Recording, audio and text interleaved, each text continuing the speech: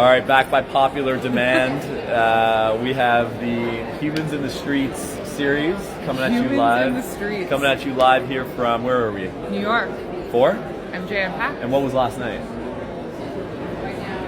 Cannabis Collective. Cannabis Collective event. That's right, that's right. So, we're out here talking today about the fact that there's a little bit of deja vu in this market. Yes. Limited licenses, starting to pop open. So we got a couple tips and tricks and some learnings based on having that deja vu from Ontario. So what are we working with today? Tell us about it. It's super interesting because here there are going to be limitations around how close the stores can be together, but it still is a first isn't always best game.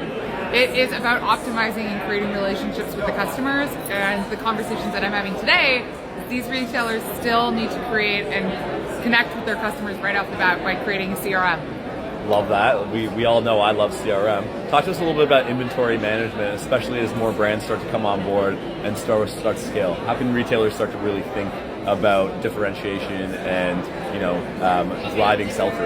It's the same story as in Ontario when we had limited amounts of products available and for those stores to stock until we get into a more robust wholesale demand infrastructure. So what's super interesting is how do we pick SKUs today that are going to tell us information about tomorrow, but what is more important is actually how to subcategorize your data to be able to read through all of the information and identify where there are trends.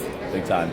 And for one thing to add is as retailers scale, as more vendors come into the market, if you are a technology vendor, make sure that you're mapping out your retailer's roadmap with that technology. They don't need all the technology immediately because that's just going to slow them down. So if you really want to sell what you're selling, make sure you build a roadmap for them.